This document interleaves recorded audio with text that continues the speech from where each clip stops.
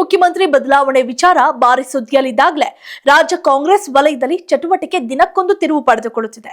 ಹೌದು, ರಾಜ್ಯ ಕಾಂಗ್ರೆಸ್ನಲ್ಲಿ ನಡೆಯುತ್ತಿರುವ ಬೆಳವಣಿಗೆಗಳ ನಡುವೆ ಎಐಸಿಸಿ ಅಧ್ಯಕ್ಷ ಮಲ್ಲಿಕಾರ್ಜುನ ಖರ್ಗೆ ಜೊತೆ ಗೃಹ ಸಚಿವ ಡಾಕ್ಟರ್ ಜಿ ಪರಮೇಶ್ವರ್ ಅವರ ಭೇಟಿ ಸಾಕಷ್ಟು ಕುತೂಹಲಕ್ಕೆ ಕಾರಣವಾಗಿತ್ತು.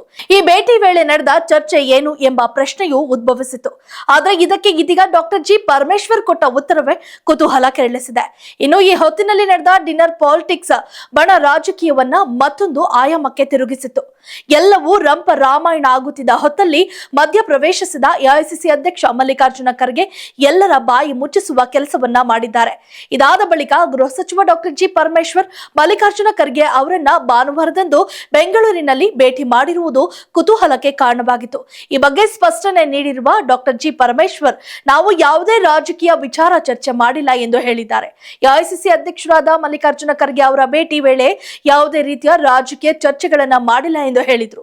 ಎಐಸಿಸಿ ಅಧ್ಯಕ್ಷರಾದ ಮಲ್ಲಿಕಾರ್ಜುನ ಖರ್ಗೆ ಅವರ ಕುಟುಂಬ ಮತ್ತು ನಮ್ಮ ಕುಟುಂಬ ಒಂದೇ.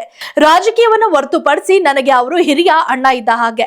ನಾನು ಆಗಾಗ ಅವರನ್ನ ಭೇಟಿ ಮಾಡುತ್ತಿರ್ತೇನೆ. ಈ ವೇಳೆ ಕುಟುಂಬದ ವಿಚಾರಗಳನ್ನ ಮಾತನಾಡ್ತೇವೆ.